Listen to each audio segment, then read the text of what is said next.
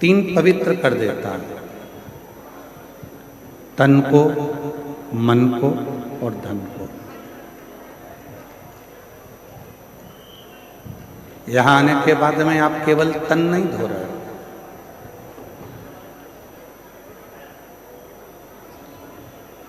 यहां पहुंचने के बाद केवल तन नहीं धोया जा रहा है, यहां आने के बाद में त्रिवेणी का तट एक अलग से ऊर्जा प्रदान करता है। त्रिवेणी का तट एक अलग से बल प्रदान करता है। और हम फिर निवेदन करेंगे कि सारी दुनिया में आप शिव महापुराण की कथा को श्रवण करते हो, और यदि त्रिवेणी के घाट पर बैठकर ये कथा सुनते हो तो तीन चीजें तो मेरा त्रिगुणाकार, त्रिकालदर्शी, त्रिनेत्रधारी, त्रिपुंडधारी, त्रिशूलधारी और त्रिनेत्रधारी भगवान आपको दे ही देगा। बोल बम का नारा है, सारी समस्या का हल श्री शिवाय। त्रिवेणी के संगम पर त्रिकालदर्शी, त्रिनेत्रधारी, त्रिपुंडधारी, त्रिशूलधारी, त्रिलोकी के नाथ देवाधिदेव महादेव की कथा सुनकर हम भी यहां से तीन चीजें लेकर जाएंगे। एक लेकर जाएंगे मन की शांति, दूसरे नंबर पर लेकर जाएंगे हम मन की शीतलता, और तीसरे नंबर पर लेकर जाएंगे हम अच्छे विचार, अच्छी सोच, अच्छी बुद्धि।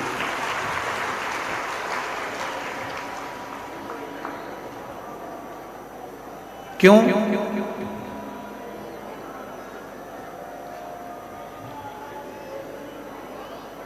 आपकी जेब में जो पैसा रखा हुआ है उसके बहुत सारे बाटेदार हैं।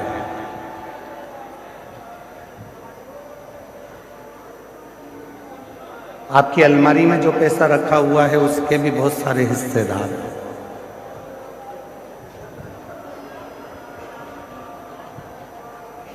आपके बैंक में जो पैसा रखा हुआ है उसके भी बहुत सारे हिस्सेदार हैं।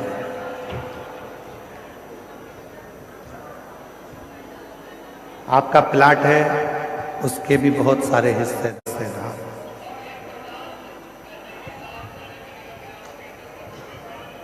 आपकी जमीन के, आपकी प्रॉपर्टी के, आपके धन के,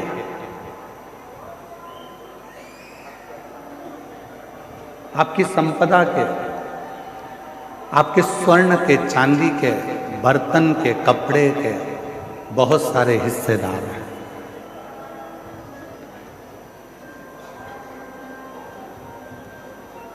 जितना भी आपके पास में धन है उसके ढेरों हिस्सेदार होंगे, पर एक धन हमारा खुद का होता है जिसका कोई हिस्सेदार नहीं।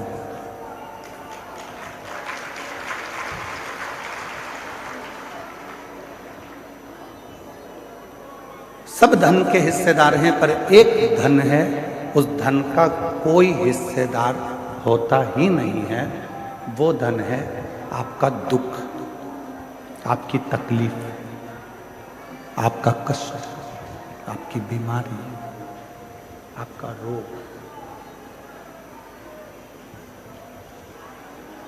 वो धन एक ऐसा धन है जिसका कोई भी हिस्सेदार नहीं बनता।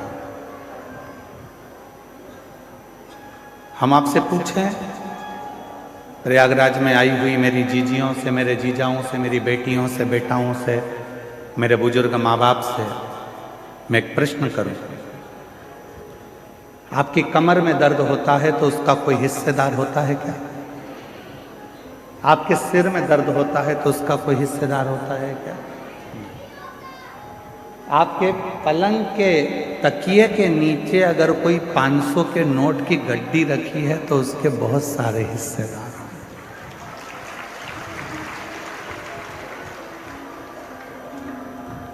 उसके हिस्सेदार हो सकते हैं,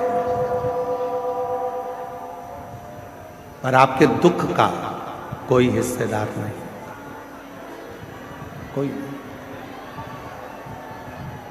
आपकी तकलीफ का कोई हिस्सेदार नहीं हो। परशु महापुराण की कथा में पार्वती खंड में उमा संहिता में भगवान शंकर ने पार्वती जी से कहा है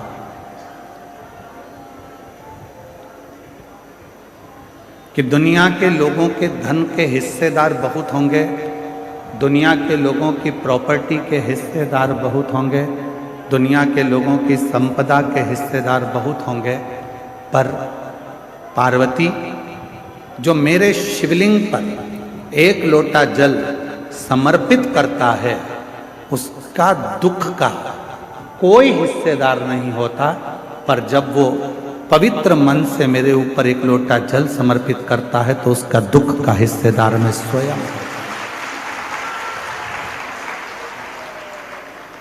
उसके दुख का कोई हिस्सेदार होगा तो वो शिव हो।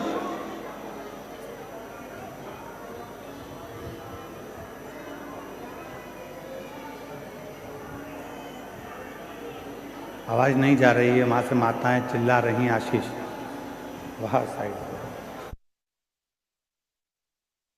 उनके दुख का हिस्सेदार मैं स्वयं हूं।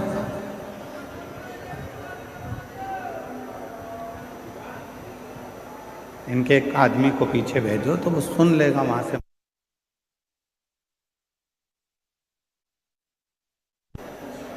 दुख का हिस्सेदार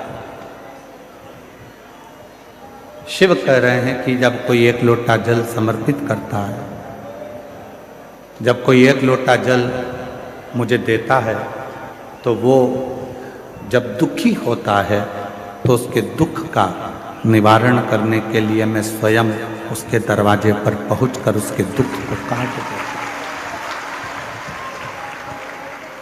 उसके दुख को समाप्त करने की जवाबदारी मेरी हो जाती है।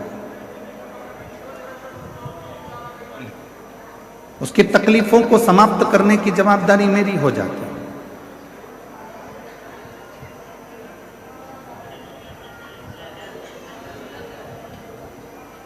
और मेरा तू ही तो हमदर्द है, जिसे हर दर्द कहता हूँ।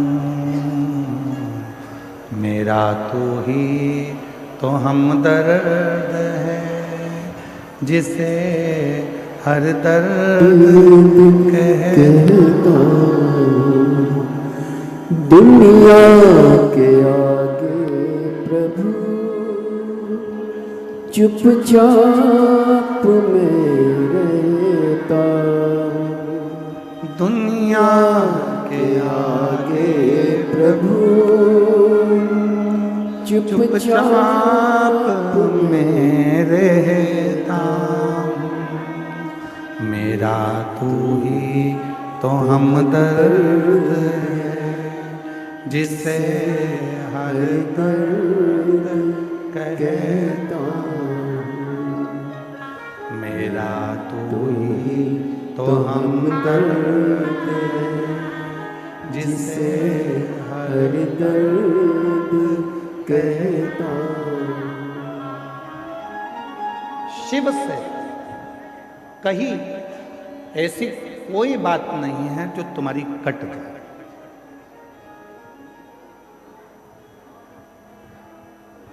शिव जी से करी हुई प्रार्थना ऐसी कोई नहीं है जो तुम्हारी प्रार्थना को शिव स्वीकार ना करे, शंकर स्वीकार ना करे।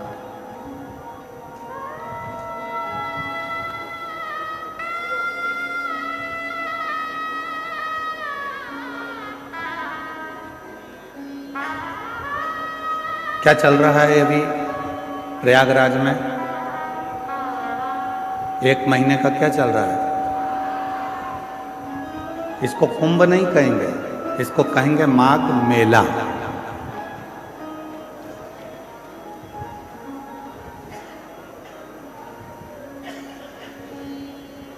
रामचरितमानस में भी इसका वर्णन है। संत आते हैं, निवास करते हैं, 1 महीना रुककर सत्संग करते हैं और फिर चले जाते हैं।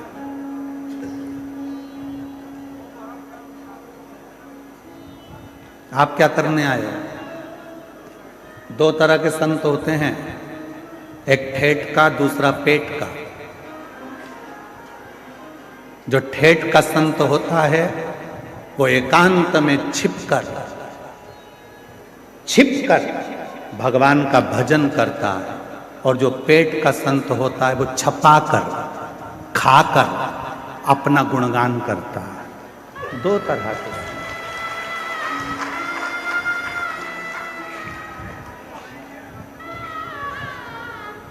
एक छपाकर खुश होता है, एक छिपकर खुश होता है।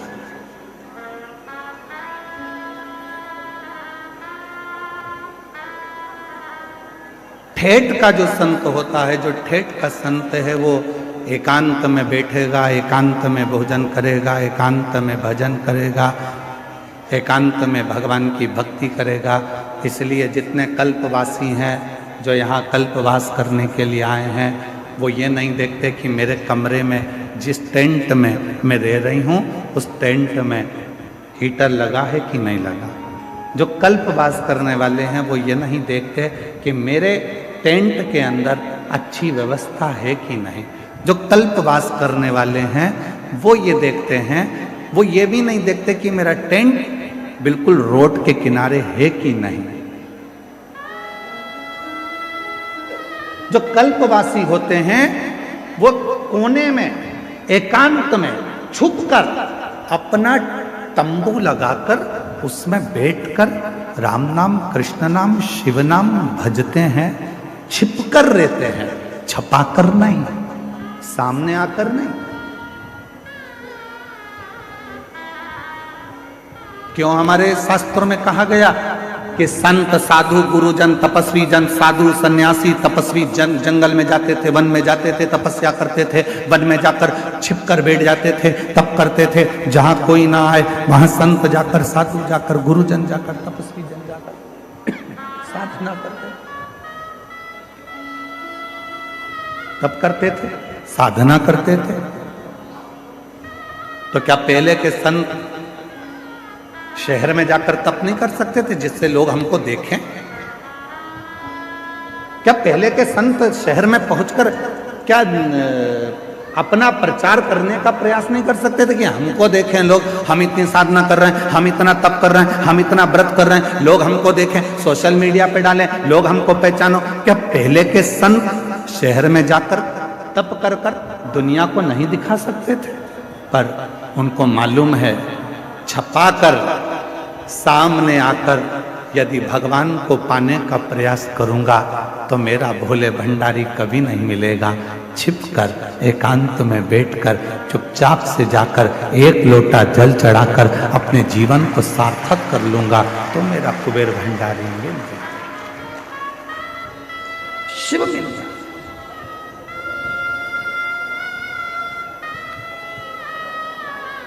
कई लोग कहते हैं, गुरुजी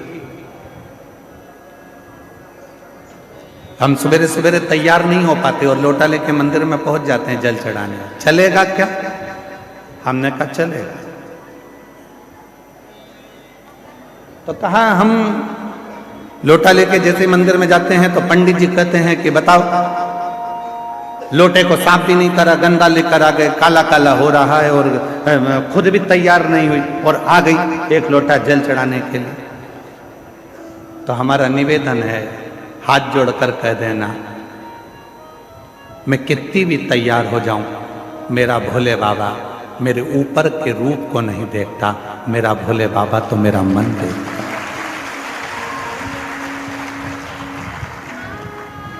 मेरा शिव, मेरा शंकर, मेरा ओघड़दानी कभी ऊपर का रूप देखा ही नहीं।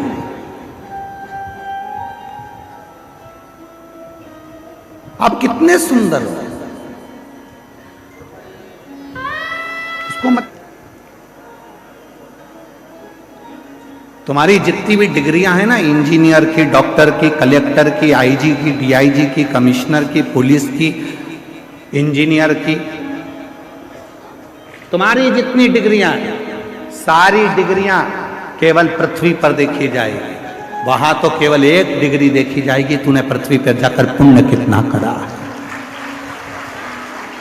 सत्कर्म कितना किया, भजन कितना किया, नाम जाप कितना किया, स्मरण कितना किया, कीर्तन कितना किया, मंत्र जाप कितना किया, वो डिग्री उस परमात्मा के यहां देखी है।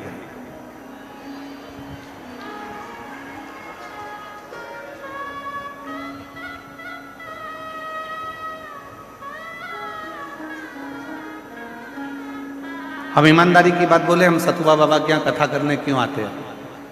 हम एक बार कथा करने आते और हम पक्का है दूसरी बार नहीं आते। पर आज ये कथा करने के लिए माघ मेले में हम शायद मैं कहता 3 एक बार महाराज जी, तीसरी बार हमारा आना हो गया। आपको मालूम है हम क्यों आते हैं, किस लिए आते हैं? हमारा आने का केवल एक कारण है कि यहाँ किसी के बैठने के लिए पास का सिस्टम नहीं चलता। यहाँ तो जो आया वो बैठ गया।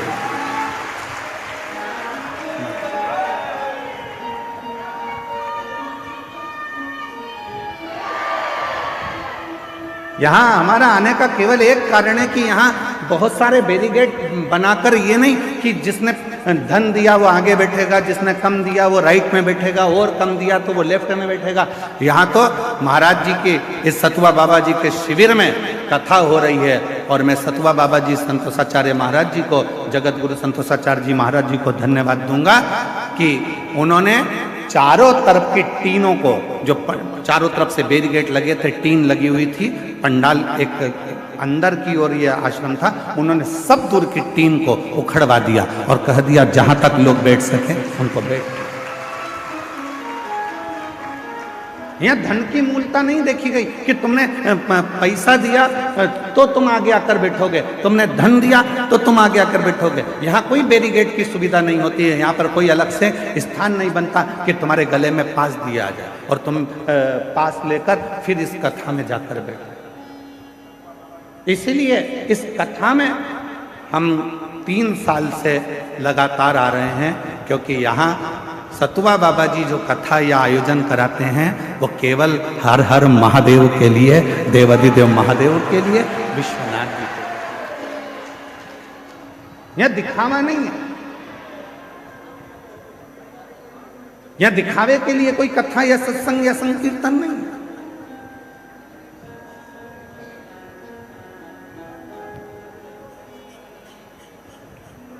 यहां तो केवल आपकी अविरल भक्ति, आपका भजन, स्मरण, कीर्तन और मंत्र,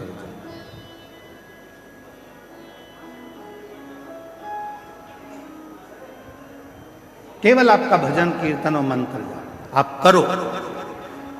5 दिन आप और हम हैं, निवेदन है इन 5 दिन में सतुआ बाबा जी के शिविर में आप जितनी देर बैठकर भजन कर सकते हैं उतना भजन करें। त्रिवेणी के संगम पर बैठकर जितना स्मरण कर सकते हैं करें। त्रिवेणी के जितना करना,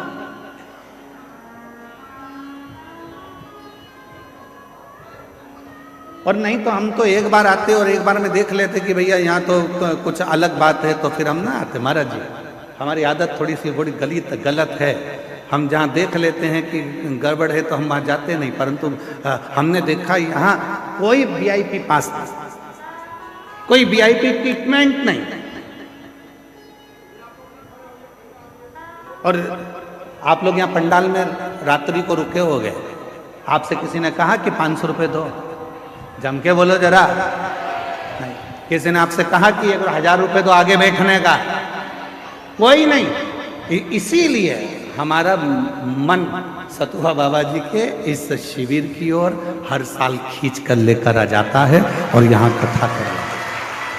महाराज ये भाव आप, और मैं आपको इस चीज़ के लिए धन्यवाद दूंगा, जितनी सरलता आप में इतने वर्षों में हम दर्शन कर रहे हैं, आपकी ये सरलता पूरी जिंदगी भर रहे और आपका स्नेह सब पर बने। ये अविरल भक्ति, इसको भक्ति कहते हैं, इसको विश्वास कहते हैं, इसको भरोसा कहते हैं, दृढ़ता। शिव क्या है? मेरे शंकर भगवान के यहां पर भगवान नारायण भी अगर आए हैं तो शिव जी के सम्मुख में आकर खड़े होकर लक्ष्मी जी भगवान नारायण से कहती हैं कि आप भगवान शंकर को कुछ देकर प्रसन्न कर लीजिए।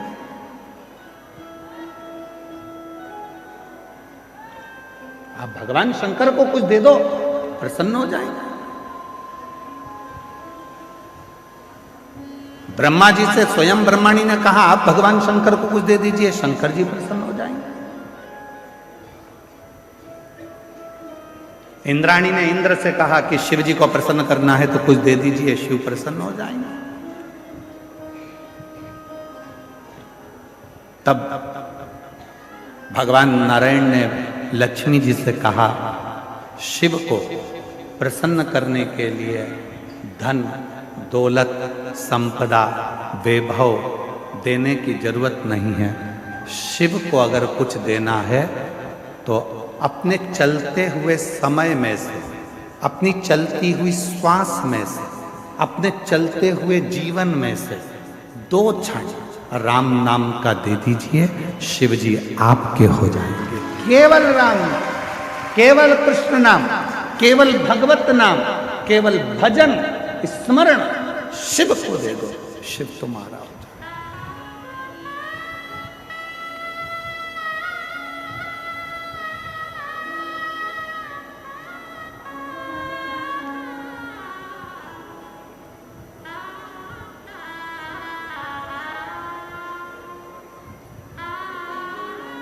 आज घूमने के लिए जाऊंगा सतुआ बाबा जी आपके साथ में, मन है मेरा। पूरे प्रयाग में मुझे घूमकर देखना है कि कौन से करोड़पति सेठ ने यहां पर भंडारे खोल के रखे। मुझे पूरे माघ मेले में देखना है कि कौन से करोड़पति सेठ ने भंडारे खोल के रखे हैं। जो दुनिया के लोग कहते हैं साधु मांगता है, जो दुनिया के लोग कहते हैं संत मांगता है, जो दुनिया के लोग कहते हैं ब्राह्मण मांगता है, जो दुनिया के लोग कहते हैं सन्यासी मांगता है, उनको दिखाना है मुझे इस आस्था चैनल पर कि संत मांगता है तो कहां ले जाकर भक्तों को खिलाता है, वो दिखाने का प्रयास करना। यहां माघ मेले में कोई सेठों ने अपने अपने शिविर नहीं लगाए। यहां माघ मेले में जो लंगोटी पहनने वाला बाबा है, जो तन पर एक वस्त्र धारण करने वाला संत है, उसने अपना शिविर लगाकर 1 महीने तक ना जाने कितने कितने हजारों भक्तों को, किसी को चाय पिला दी, किसी को भोजन करा दिया, किसी को भंडारा खिला दिया। वो तुम्हारे लिए मांगा है, वो तुम्हारे लिए लेकर आया। और मुझे माघ मेले में उस सेठ को ढूंढना है जो कि आज के महाराज तो लूटते हैं, आज के महाराज तो लेकर आते हैं, उनको दिखाना है। इस माघ मेले में एक एक झोपड़े में बैठा हुआ एक एक संत, एक एक साधु, एक एक तपस्वी, एक एक सन्यासी आपको खिलाने के लिए बैठा है और आशीर्वाद देने के लिए बैठा है। यहां लेने के लिए नहीं बैठा, यहां लेने नहीं आया, यहां देने आया।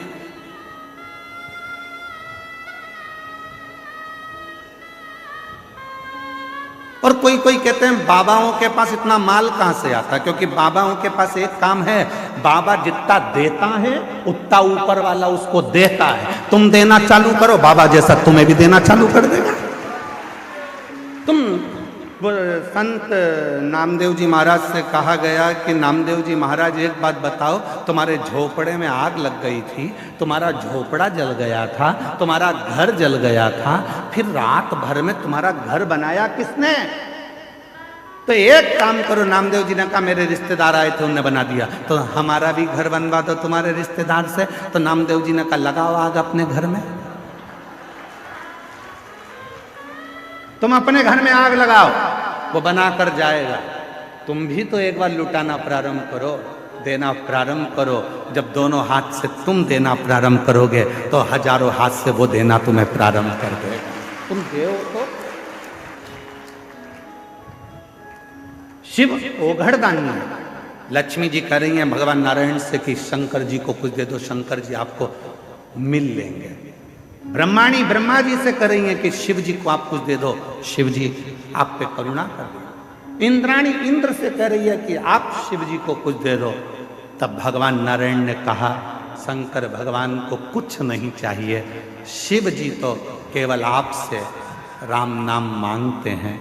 जो राम नाम दे देता है शिव उसके पीछे पीछे चलना प्रारंभ कर देते हैं और शिव उस पर करुणा करना प्रारंभ।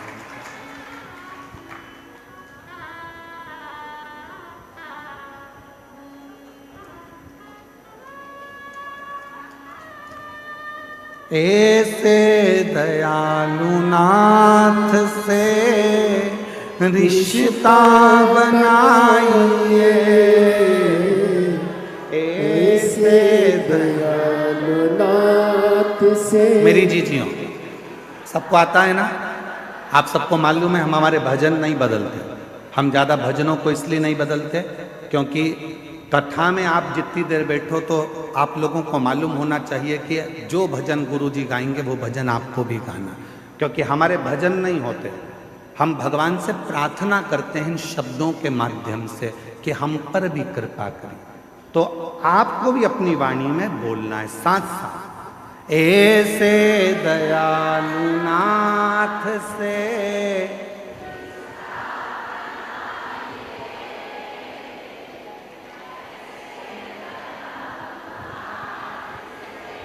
रिश्ता बना मिलता रहे आपको जो कुछ भी चाहिए। मांगा है भोले वरदान एक ही, मांगा है भोलेनाथ से वरदान एक ही। तेरी दया बनी रहे जब तक है जिंदगी, तेरी दया बनी रहे जब तक है जिंदगी। मांगा है भोलेनाथ से वरदान एक ही। हमें बस एक वर दे दो, अंतिम श्वास तक तेरी कृपा, आखिरी सांस तक तू मिलता है। आई माघ मेले में 5 दिन की शिव पुराण सुनने के लिए आई। मैं जानती हूं कि मैं 1 महीना कल्पवास नहीं कर सकती, मेरे बच्चे छोटे हैं। मैं 1 महीना माघ मेले में नहीं रह सकती क्योंकि मेरा परिवार बड़ा है। 1 महीना मैं बाबा इस माघ के मेले में कल्पवास नहीं कर सकती क्योंकि मैं घर में परिवार को लेकर चलने वाली हूं। पर बाबा आज विश्वास से कहती हूं 5 दिन भी अगर मैं इस पंडाल में बैठकर कथा सुनूं तो मेरे भोले बाबा, हे मेरी गंगा मैया, मेरी इस 5 दिन की रात्रि को कल्पवास की 1 महीने की रात्रि मान ले, उतना फल देना मुझको।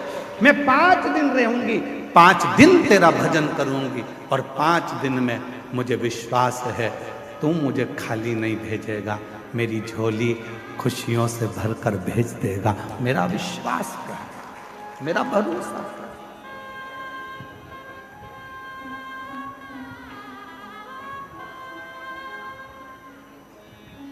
एक माँ ने अपना पत्र लिखा है कि मेरी, देखो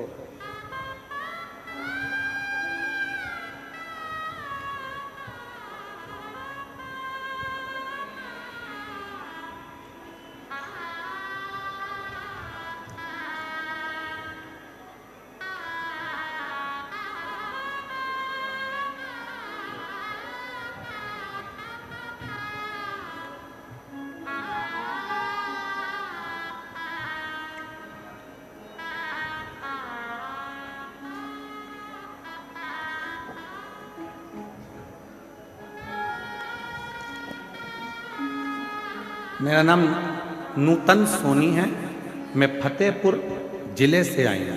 कहीं बैठी हो नूतन जी, आप ही हैं? ऐसा हाथ हिला दो एक बार, हाँ ऐसा हाथ हिलाओ।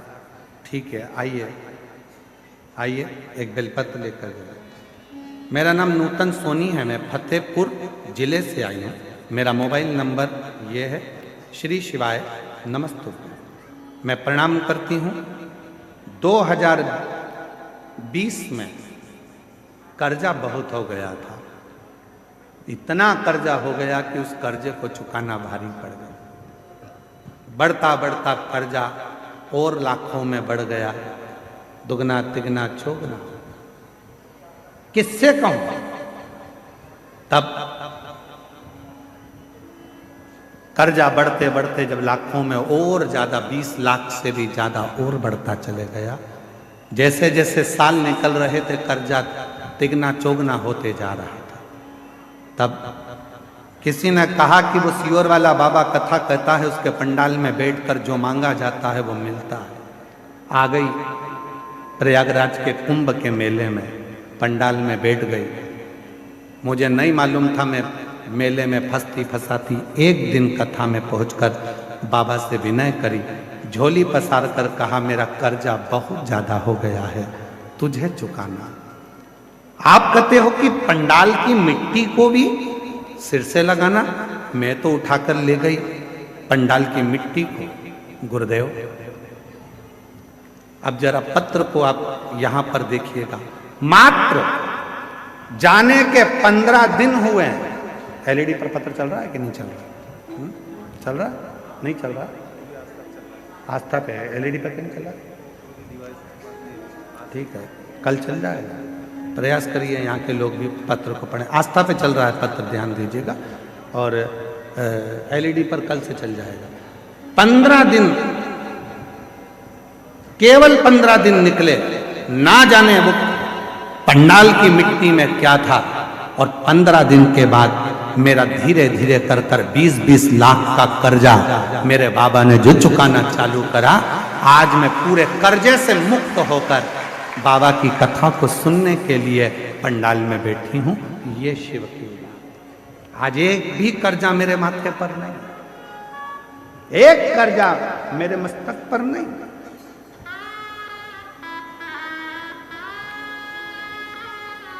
कौन देगा तुमको 20 लाख रुपए?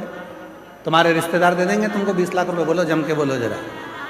5 लाख दे देंगे, 10 लाख दे देंगे, 25 लाख दे देंगे, कोई तुम्हारा कर्जा चुकाने वाला नहीं होगा। कर्जे में डुबाने वाले मिलेंगे पर कर्जा चुकाने वाला नहीं होगा। और याद रखना, कर्जा तुमने किया है तो चुकाना भी तुम्हें है, मेहनत तुम्हें करना है। सियोर वाला महाराज आकर तुमको करोड़ों की गड्डी नहीं देगा, सियोर वाला महाराज आकर तुम्हें कहीं से गड़ा हुआ हंडा निकाल कर नहीं देगा। मेहनत तुम्हें करना पड़ेगा, एक लोटा जल तुम्हें चढ़ाना पड़ेगा। और जब मेहनत और लगन और शिव की भक्ति, ये त्रिवेणी का संगम एक जगह पर होगा तो 15 दिन क्या 5 दिन में भी कर्जा चुकाने की सामर्थ्यता तुम्हें बाबा दे। किसी बाबा के चक्कर में मत पड़ना कि कोई तुमको निकाल कर सोने का हंडा देगा। किसी बाबा के चक्कर में मत पड़ना कि कोई तुम्हारा दुख काट देगा। हाथ में खुजाल चली है तो तुम्हें खुजालना है, छींक तुम्हें आई है तो छींकना तुम्हें है, खांसी तुम्हें आई है तो खांसना तुम्हें है। उसी तरह कर्जा तुमने किया है तो चुकाना भी तुम्हें है। इसलिए मेहनत भी तुमको करना है, संघर्ष भी तुमको करना है, और साथ में शिव जी पर भरोसा भी तुम्हें करना है। शंकर पर भरोसा भी तुमको, कोई दूसरा नहीं। रोते नहीं है बेटा, रो नहीं, रो नहीं है। आंसू पोछो पहले, उठो उठो उठो, आंसू पोछो, आंसू पोछो पहले, आंसू पोछो। अच्छे खुश होकर जा, अब तो बाबा ने तेरे सब कर दिया। एक आंसू पोछ, आंसू पोछ, आंसू पोछ पहले, आंसू पोछो। अच्छी खुश होकर जा, एक बार जोरदार ताली बजाओ। शिव कृपा ऐसे दयालुनाथ से रिश्ता बनाइए, ऐसे दयालुनाथ से रिश्ता बनाइए, मिलता रहेगा आपको जो कुछ भी चाहिए,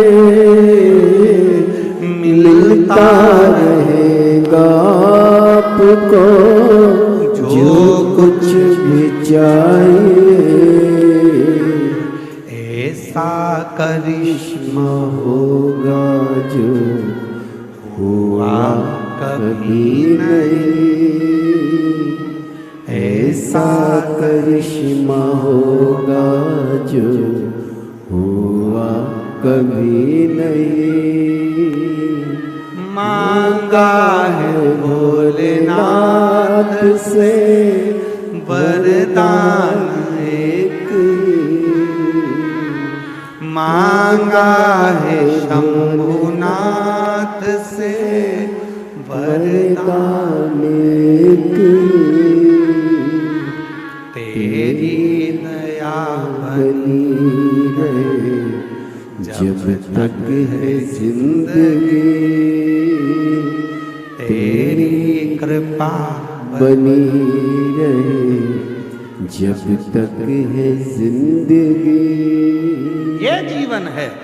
आए हो कथा सुनने के लिए, जहां जगह मिले वहां बैठकर, ये मत सोचना कि रोड है, रोड का किनारा है, तुम्हें जहां जगह मिले वहां बैठकर 2.5 घंटा 3 घंटा तो हम बोलते नहीं है कथा, फालतू की बात है कि हम 3 घंटा कथा बोलते हैं, नहीं, आधा घंटा तो आशीष बोलता है, 2.5 घंटे हम बोलते, और हम भी नहीं, वो बुलवाता है तो बोलते। 2.5 घंटे की कथा में जितनी देर बैठो उतनी देर आप उस बाबा से अपने मन की लगन को जोड़ने का प्रयास करना। ये सोचना सियोर वाला बाबा कथा नहीं कह रहा, गंगा के घाट पर त्रिवेणी के